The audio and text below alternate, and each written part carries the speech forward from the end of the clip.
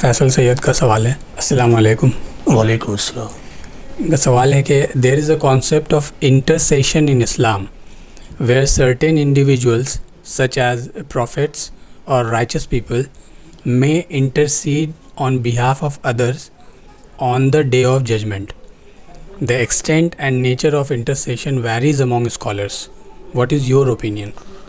نہیں دیکھیے، قرآن اس میں بہت ہی واضح ہے، بہت ہی واضح اور اسپشٹ ہے کہ ہر آدمی اپنے اعمال کو کل آخرت میں بھگتے گا، ہر آدمی اپنے اعمال کو بھگتے گا۔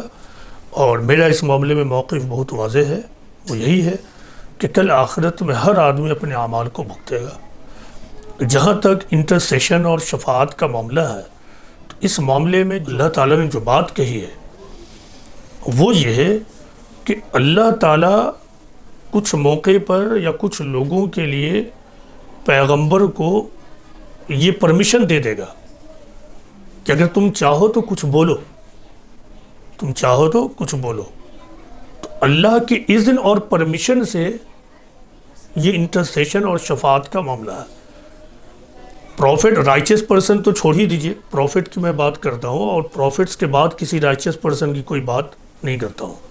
کسی بھی شخص کو یہ مجال کل آخرت میں نہیں ہوگا کہ وہ وہاں خدا کے سامنے کھڑا ہو سکے۔ کون رائچس پرسن ہے جس کو اللہ نے اتنا حق دے دیا ہے؟ کوئی قرآن کی ایک آیت اور ایک مستند حدیث موجود نہیں ہے جس میں یہ بات کہی گئی۔ ہاں، پیغمبر کو اللہ پرمیشن دے گا تو اللہ کی اذن سے، اذن یعنی پرمیشن سے پیغمبر کہہ سکیں گے۔ پیغمبر بھی ایبسولوٹ فارم میں اس حیثیت کے ساتھ وہاں نہیں جائیں گے۔ اگر معاملہ اتنا آسان ہوتا تو پیغمبر اتنا ڈیفیکلٹ سچویشن کو فیس کرتے۔ وہ تو سیدھے کہتے ہیں کہ لاسٹ میں جب جاؤں گا کل آخرت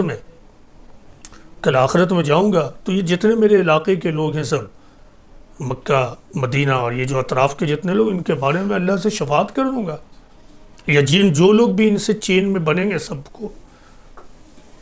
تو اتنی پریشانی، اتنی مصیبت پیغمبر نے اسی لیے اٹھایا ہے کہ وہاں پہنچ کر جا کے وہ سب کے بارے میں پیروی کرتا رہے۔ مصیبت کی انتہا یہ تھی، اتنے مسائل اور پرابلمز کو جھیلا ہے پروفٹ نے محمد صلی اللہ علیہ وسلم، کہ خود اللہ تعالیٰ نے یہ کہا لعلک باخع نفسک الا یکونوا مؤمنین، کہ شاید تم اس غم میں، اس صدمے میں اپنے آپ کو ہلاک کر لو گے کہ لوگ ایمان نہیں لاتے ہیں۔ یہ معاملہ تھا پروفٹ محمد صلی اللہ علیہ وسلم کا۔ آپ سیرت کی کتابوں کو پڑھیے، سیرت پہ جو لیکچرز یہاں سے پبلش ہو رہے ہیں یوٹیوب پر، اس کو غور سے سنیے اور پروفٹ کی لائف کو غور کیجیے۔ اتنے مسائل، اتنے پرابلمز اس لیے، اور قرآن کا مطالعہ کیجیے۔ یہ سب بوگس باتیں ہیں کہ رائچس لوگ کھڑے ہوں گے اور وہ شفاعت کریں گے۔ رائچس لوگ وٹنس بنیں گے، جو داعی ہوں گے، شہداء ہوں گے، صلحاء ہوں گے، یہ جن کے لیے ایک لفظ میں آپ انگریزی میں رائچس ورڈ یوز کر رہے ہیں، یہ لوگ وٹنس بنیں گے۔ جو لوگ اس دنیا میں خدا کے پیغام کو تمام انسانیت تک پہنچانے کے لیے اسٹرگل کر رہے ہیں، پہلے پیغمبروں نے کیا اور پیغمبروں کے بعد خدا کے ذمہ دار بندوں نے اس کام کو جاری رکھا ہے، تو ایسے لوگوں کو کل آخرت میں اللہ تعالیٰ گواہ بنائے گا کہ تم بتاؤ ان تک بات پہنچی کہ نہیں پہنچی، ان کے علاقے میں بات پہنچی کہ نہیں پہنچی۔ اب آپ وٹنس کو آپ کہہ دیجئے، اگر یہ ذمہ داری کی بات ہے، یہ کوئی اسٹیٹس نہیں ہے۔